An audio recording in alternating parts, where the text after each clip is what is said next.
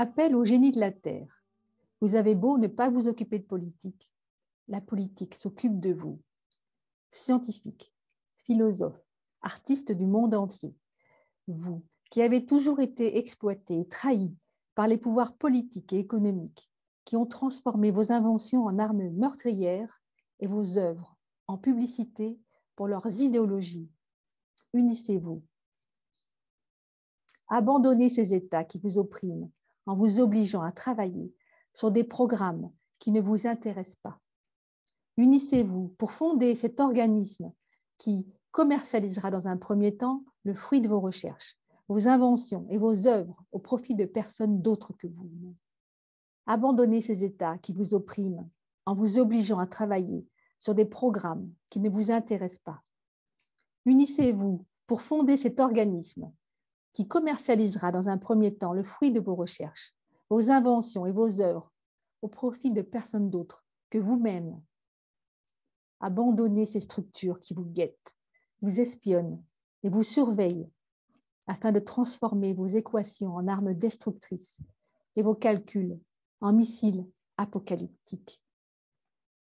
Venez à Genève, rencontrez-vous au moins une fois et décidez librement de travailler encore quelques mois dans vos pays respectifs afin d'économiser de quoi vous associer. Et venez vous installer tous ensemble dans ce centre universel de la paix qui posera les bases du gouvernement mondial génocrate. Passez par-dessus les frontières, les organismes politiques et militaires et les clubs écologistes qui lancent des cris d'alarme sans être entendus et créez un gouvernement mondial de fait. Les mondialistes et les fédéralistes croient pouvoir faire l'unité mondiale en respectant les structures États-nations qui se retranchent derrière le paravent de la non-ingérence dans les affaires intérieures d'un État souverain.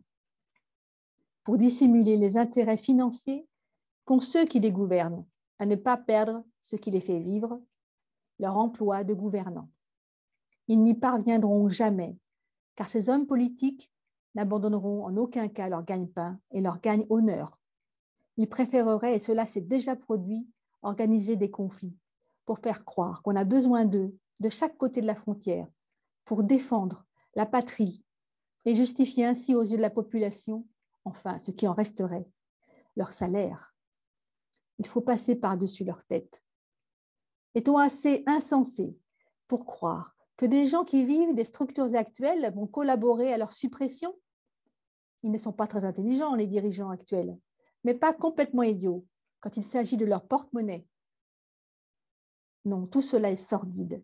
Il faut passer par-dessus tous ces magouillages économico-politiques pour créer, sans leur demander leur avis, un gouvernement mondial de fait, composé de la matière première dont ils ont le plus besoin, les chercheurs, les génies.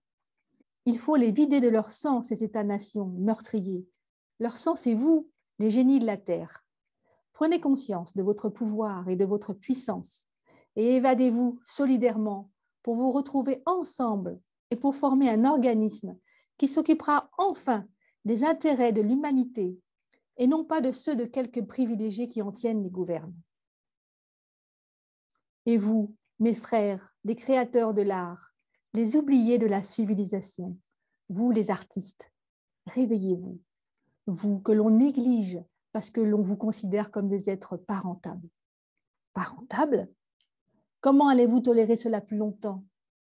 Des millions de jeunes passionnés de philosophie, de peinture, de musique, de littérature, d'architecture, de psychologie, de théâtre, qu'on laisse dépérir, crever de faim, ou qu'on oblige à se diriger vers les mathématiques ou les professions manuelles ou techniques, privant ainsi l'humanité du fruit de leurs travaux et de leurs créations.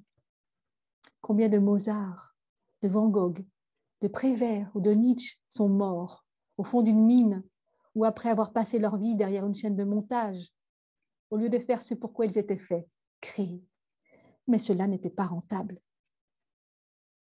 Le bonheur des gens, les faire vivre dans l'harmonie des formes, des couleurs et des mots, ce n'est pas rentable. 50% du budget de certains pays pour les militaires, 0,01% pour les arts et la culture dans les mêmes pays. sans commentaire. César, Napoléon et Hitler battent à plate couture Platon, Beethoven et Le Corbusier. Ils ont pourtant vécu presque aux mêmes époques. E égale mc carré égale Hiroshima. Einstein pleure et regrette de n'avoir pas détruit tous ses calculs. Des millions de morts. Des scientifiques viennent de percer le secret de l'ADN en synthétisant un gène d'être humain aux USA et envisagent la possibilité de créer des hommes synthétiques en laboratoire. Les militaires lorgnent de leur côté en pensant au nombre fantastique de soldats qu'on pourrait fabriquer, ainsi ou aux virus mortels que l'on pourrait inventer pour les placer dans des bombes. Ça suffit, refusez le marché, mais pas comme Einstein, pas après.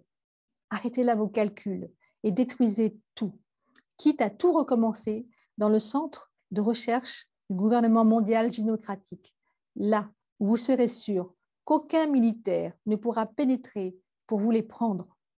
Prenez-leur leurs jouets.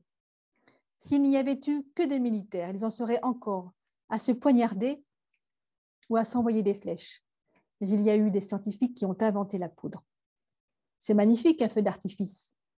Ils en ont fait des canons.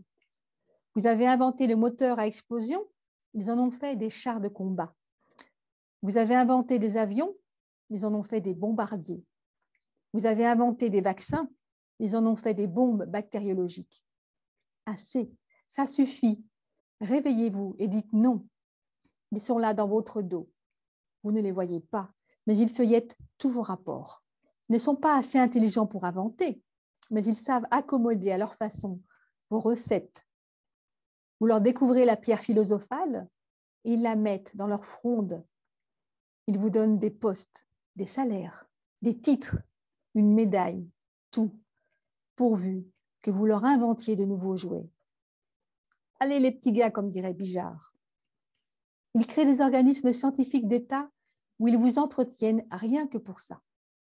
Vous travaillez, passionné par vos recherches, enthousiasmé par vos progrès, qui repoussent sans cesse les limites de la connaissance, sans vous rendre compte qu'ils observent tout, tels des hyènes. Et quand un morceau de votre connaissance tombe, ils se jettent dessus et l'utilisent pour tuer des populations innocentes, avant que vous ayez eu le temps de comprendre ce qui s'est passé. Laissez-les tomber. Unissez-vous et entourez-vous des garanties nécessaires pour que cela ne se produise plus jamais. Scientifiques du monde entier, que vous soyez à Moscou, à New York ou à Pékin, vous êtes les mêmes. Vous n'avez qu'une passion, la connaissance, qu'un seul but, faire progresser l'humanité pour lui assurer un avenir meilleur. Alors, ne laissez pas les politiciens et leurs chiens militaires s'emparer de vos travaux pour s'en servir à leur façon. Repensez toujours à votre père Einstein. Si j'avais su, a-t-il dit, eh bien, vous savez. Ils vous ont pris déjà beaucoup de connaissances et ont accumulé d'énormes quantités d'armes épouvantables, dites-vous, qu'à cela ne tienne. Travaillez à mettre au point, en priorité, des moyens de rendre ces armes inefficaces. Trouvez des parades à vos propres inventions, mais par pitié, prenez en main les rênes de votre savoir et ceux de l'humanité par la même occasion. Unissez-vous au sein du gouvernement mondial gynocrate provisoire, en attendant qu'il soit définitif. Le fait de regrouper au siège du gouvernement mondial gynocrate tous les génies des arts, des sciences, des techniques et de la philosophie constituerait en fait la création du cerveau de l'humanité. Cerveau où seront regroupés tous les neurones que sont dans cet immense corps humain qu'est l'humanité, les génies. Il sera très important de construire sous ce centre un abri antiatomique très sophistiqué, afin que si un conflit mondial survenait avant l'instauration de la gynocratie, tous les génies membres de ce gouvernement provisoire soient protégés et puissent ensuite rebâtir une civilisation sans avoir à subir des millénaires de lente évolution scientifique.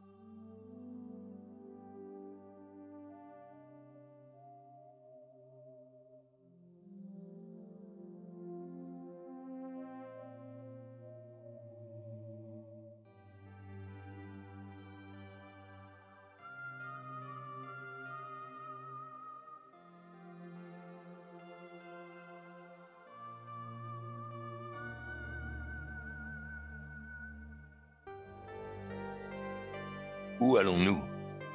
À quoi allons-nous aboutir en continuant ainsi la fuite en avant du paradis terrestre? Quand, dans cette société humaine, allons-nous retirer des pieds les fonctions du cerveau qui leur ont été attribuées démocratiquement ou arrachées par la force? Quand allons-nous comprendre que dans la société, comme dans notre corps, toutes les cellules, tous les organes ne font qu'un? Quand allons-nous admettre que c'est à partir du cerveau que ce un peut s'animer parfaitement pour vivre? Dans le corps comme dans la société, toutes ces cellules, tous ces organes ont des fonctions précises qui permettent le meilleur équilibre possible et l'harmonie de l'ensemble. Il n'y a pas de compétition, de jalousie, de haine entre les cellules, sinon c'est l'affaiblissement du corps ouvrant la porte à toutes les pathologies. Pathologies pouvant aller jusqu'à la disparition totale. Une humanité est à l'identique du corps humain. C'est un grand corps qui est constitué de cellules, appelons-les les êtres humains. Comme dans un corps vivant, les êtres humains se rassemblent pour constituer par affinité ou par qualité des organes précieux au bon fonctionnement vital de l'ensemble. Ici, la cellule, l'individu, les divers organes, c'est-à-dire les familles, la cité, la région, le pays, les fédérations, les continents et la planète humanité constituée. Chacun de ces ensembles ne peut vivre sans les autres.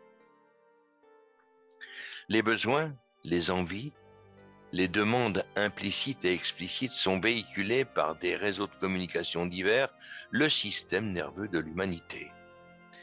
Ici et là, des organes compétents produisent les réponses à toutes ces sollicitations et le système circulatoire, lui, transporte ces réponses aux besoins là où s'est faite la demande. Si quelque part il y a une rupture, un dysfonctionnement, eh bien le corps tout entier en subit les conséquences plus ou moins graves. L'humanité, nous les humains, nous devons nous organiser intelligemment et respectueusement pour ne pas subir ces dysfonctionnements. Si les fonctions du cerveau sont effectuées par le cerveau, tout doit bien se passer. Si c'est le pied qui a reçu démocratiquement ou pris arbitrairement la gestion de tout ce fonctionnement, alors attention au crash. Il est garanti à court et à moyen terme. Qu'attendons-nous pour remettre enfin la quittance de notre société mondiale humaine à ceux qui sont aptes totalement à nous montrer la voie pour bâtir ensemble ce paradis terrestre tant espéré par nos ancêtres et nous-mêmes aujourd'hui?